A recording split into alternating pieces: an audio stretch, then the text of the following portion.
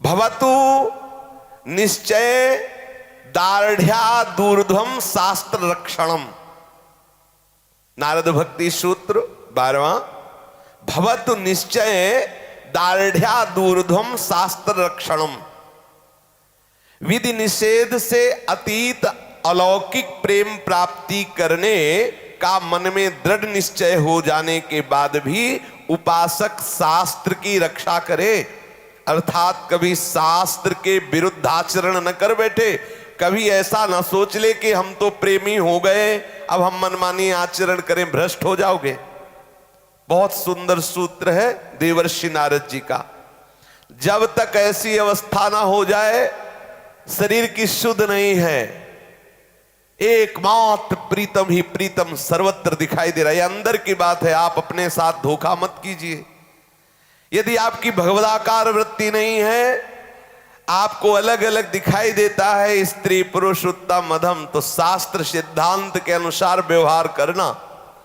कभी शास्त्र व्यवहार जो आज्ञा करता है उसके विरुद्ध कर बैठे तो पतित हो जाओगे। प्रेम की बाह्य ज्ञान शून्य विधि निषेध से अतीत सिद्धावस्था को प्राप्त जब तक महापुरुष ये देख न लेके हमारे, वो अंदर पता चल जाता है। जब पेट भरता है हमारा तो दूसरे से प्रमाण लेने की जरूरत नहीं होती कि भाई बताना हमारा, जब पेट भर जाए तो आप बताना, ऐसा नहीं। ऐसे ही जब अब कृत्य भयो में हृदय से आ जाता है, हो गया हमारा काम, हमें जिस वस्तु की चाह थी प्राप्त हो गया, अंदर से आने लगता है, अंदर स्फूर्ति होने लगती है, तत्व साक्षात्कार होते ही वो सारे लक्षण आने लगते हैं जो तत्व साक्षात्कार किए हुए महापुरुषों में पाए जाते हैं। वो हृदय बता देता है, क्योंकि हृदय बिहारी सदगुरुदेव हृदय में ही विराजमान हूं, बता देते तुम्हारी क्या स्थिति है। कहीं नाटक ना आ जाए जीवन में, सावधान। प्रेम की बाह्य ज्ञान शून्य विधि निषेध से अतीत सिद्धावस्था जब तक नावे तब तक बिल्कुल कोई भी आचरण शास्त्र के विरुद्ध ना हो, कोई भी आचरण मनमानी ना हो, नहीं तो फंस जाओगे, माया फंसा लेगी। एक भी आचरण ना होना चाहिए, सच्ची बात कहता हूं। अगर एक भी बात मनमानी हुई तो वही जलन पैदा करेगी, वही आपको घुटने टेकने पड़ेंगे जहां थोड़ी सी भी गलती हो गई। एक एक अक्षर शास्त्र में जो लिखा हुआ है आप अक्षरशः पालन करेंगे तो दौड़ते चले जाओ, कोई हाथ पकड़ने वाला नहीं इस विश्व में। जब तक प्रेम की वैसी सब कुछ भुला देने वाली स्थिति प्राप्त ना हो जाए, तब तक प्रेम के नाम पर शास्त्र विहित कर्मों का त्याग करके मनमानी आचरण नहीं करना चाहिए। बोले हम गोपी तुम श्री कृष्ण और ये सब। प्रेम के नाम पर नाटक दंभ पाखंड काम का खेल नहीं खेलना चाहिए। भगवान के मार्ग में चलने वाला उपासक शास्त्र सिद्धांत के अनुसार चलता है। पूज्य श्री भाई जी महाराज कह रहे हैं कि ऐसा जब प्रेम का उन्माद स्वरूप प्रकाशित हो जाए, शरीर की शुद्धि न रहे, तब बात अलग है, नहीं तब तक एतेरी विमुक्ता कौन्तेय तमो द्वारे स्त्रिभिर नरहा आचरत्यात्मनः श्रेयस्ततो याति पराम गतिम।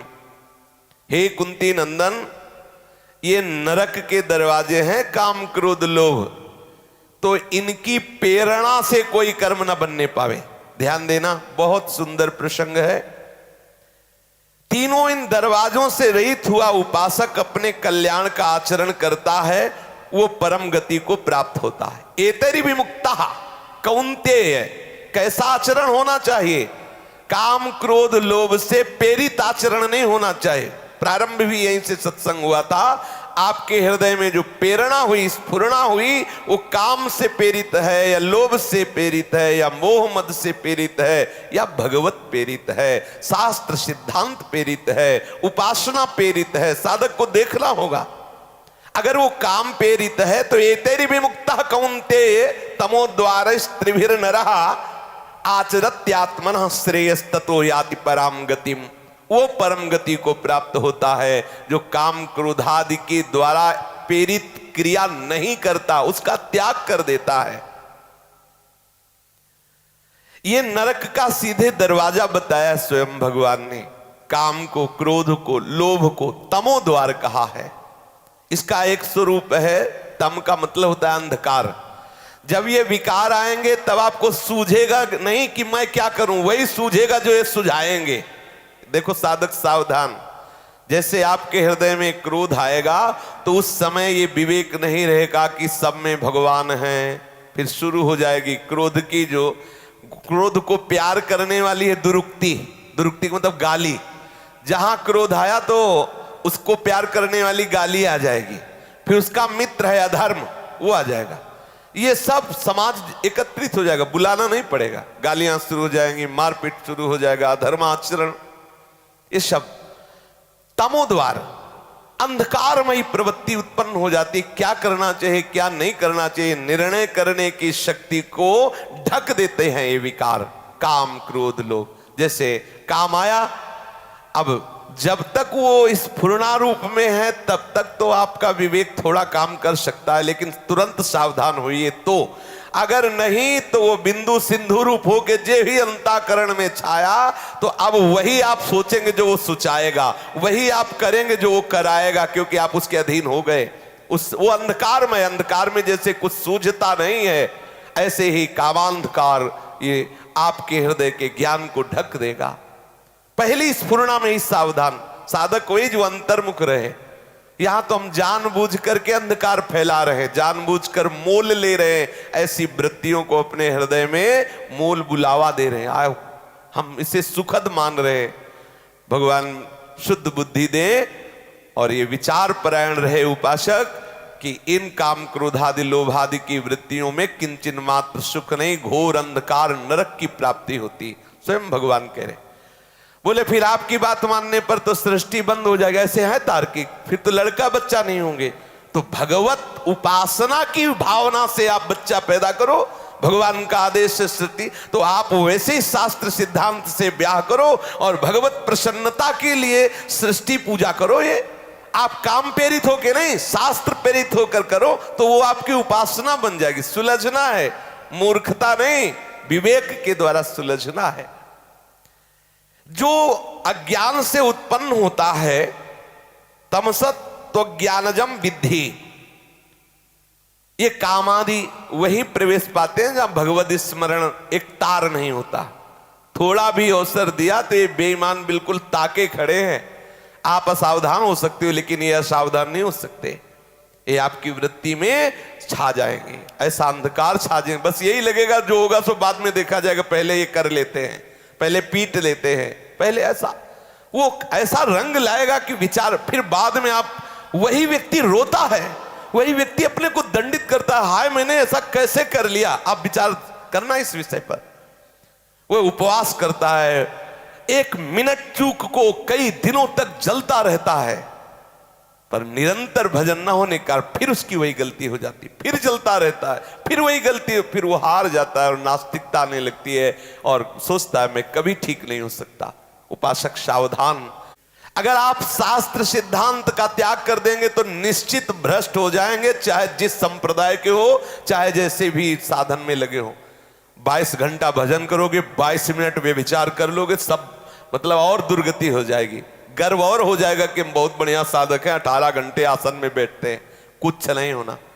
थोड़ा सुलझिए, समझिए। आप कहेंगे कि आप कभी तो कहते हैं एक नाम त्रैलोक्य तारे, आप 22 घंटा वाले को कह रहे हैं। अरे जब 22 घंटा सुंदर हो गए तो इतना कलंक काहे रखे हुए हो। आओ सच्चिदानंद प्रभु के लीला विलास में धैर्य धारण करके इस छोटी सी त्रुटि को मिटा दीजिए। एक संत भगवान थे, उन्होंने शास्त्रों में पढ़ा कि गंगा जी का बहुत महात्म है। एक बार जो गंगा स्नान करता है, शास्त्रों यज्ञों का फल उसे प्राप्त होता है। अब विपरीत चिंतन कराने वाली बुद्धि को सम्मान देने वाले उपासक भ्रष्ट हो जाते हैं। ध्यान देना, विपरीत चिंतन कराने वाली बुद्धि को जो आदर देते हैं ना, वो भ्रष्ट हो जाएंगे, उनको कोई बचा नहीं सकता। और जो विपरीत बुद्धि का निरादर करते हैं, अंदर ही अंदर धिक्कार है, भगवत मार्ग के पथिक को तू ऐसी सलाह दे रही, तेरा आदर नहीं, वो थोड़ी देर जलाएगी लेकिन पवित्र हो जाएगी। अब उनके मन में आया, क्योंकि काम क्रोध सृष्टि में ऐसा कोई नहीं जिसके हृदय में स्फुरित ना हो, एक भगवान, एक भगवत प्राप्त महापुरुष, बस दो। तीसरा नहीं बोल सकते आप, तीसरा नहीं बोल सकते। जिनको भगवत साक्षात्कार हो गया है, आत्मबोध हो गया है, वो, क्योंकि वो भगवान के समान, जानत तुम्हें हो जाई, ब्रह्मविद ब्रह्म ही बहुत। भगवान और उस महापुरुष में कोई अंतर नहीं। बाहर से कछ दिखत नाई, अंदर चमके नूर। आपो त्याग जगत में बैठे, नहीं किसी से काम, उनमें तो कुछ अंतर नहीं, संत कहो चाहे राम। ऐसी स्थिति वाला महापुरुष। अन्यथा सबके हृदय में काम होता है, सबके हृदय में काम वासना, कहीं एक बिंदु रूप से, कहीं सिंधु रूप से। साधक धीरे धीरे उसका समन करते हुए देह भाव से ऊपर हो जाता है। जब उन्होंने शास्त्रों में पढ़ा कि गंगा जी के इतना महत्व है, तो उन्होंने सोचा कि 1-2 यज्ञ का फल वैश्यागमन में चला जाएगा। रोज इतनी यज्ञों का फल मिलता है गंगा स्नान करने से। अब वो वैश्या का सेवन करने लगे और गंगा स्नान। जब कहीं कोई बात करता कि भाई आप जो है रोज गंगा नहाते हो और ऐसा गंदा आचरण भी करते हो, तो बोले गंगा स्नान करने से सैकड़ों यज्ञों का फल मिलता है, 1-2 यज्ञ का फल वो वैश्यागमन में चला जाएगा, तो शेष तो हमारे पास बचेंगे। गंगा मैया ने सोचा कि ये तो बड़ा पवित्र विचार वाला है। तो एक दिन एक छोटी सी बालिका का रूप धारण करके एक श्वेत वस्त्र बार बार गंगा जल में डुबोती और फिर ऐसे गंदा कर देती रज में, फिर गंगा जी में डुबोती, फिर गंदा कर देती। वो महात्मा उसी घाट में नहाने गए तो देखा, फिर स्नान किया, फिर देखा तो बार बार बस वही क्रिया कर रही। तो उन्होंने कहा कि मूर्ख बालिके, ये बार बार गंदा क्यों कर रही? जब गंदा ही करना है तो धोती क्यों? जब धो दिया तो गंदा क्यों करती? तो उन्होंने कहा तू सोच, तू ये बात तू सोच, जब तुझे वैश्यागमन के द्वारा गंदा ही करना है तो गंगा स्नान करने क्यों आता है? जब गंगा स्नान करने आया तो फिर गंदा क्यों होता है जाकर के? और उस समय गंदा कपड़ा था और कहा नीच, ये तेरी हरकत इसी स्थिति में तेरे प्राणों का त्याग कराएगी और तू नरक जाएगा। इस बात में मत रहना कि गंगा स्नान से तेरे पाप नष्ट हो जाएंगे। तू मेरे बल से पाप करता है, इसलिए तेरे पाप, ये अपराध है। जैसे नाम के बल से अपराध करना, धाम के बल से पापाचरण करना, ये अपराध है। कितने भी पापी हो, नाम धाम का आश्रय ले लो, पवित्र हो जाओगे। लेकिन ये बात सोच के कि एक बार रात्रि में राधा कृष्ण बोल देंगे सारे पाप नष्ट हो जाएंगे, दिन भर पाप करते, ये महत अपराध है, ये नामा अपराध है। तो हृदय की प्रेरणा हमारी वासना से हो रही है और हम उस उपासक होते हुए उस प्रेरणा को शास्त्र सदगुरुदेव से जांचे नहीं और मनमानी आचरण कर ले तो हम भ्रष्ट हो जाएंगे। फिर हम ये शिकायत करेंगे कि इतना साधन भजन करते हैं और हमें अनुभव तो कुछ हो नहीं रहा है। इसीलिए प्रभु कह रहे एतेरी विमुक्ता, इनसे मुक्त होने पर तुम परम गति को प्राप्त होगे।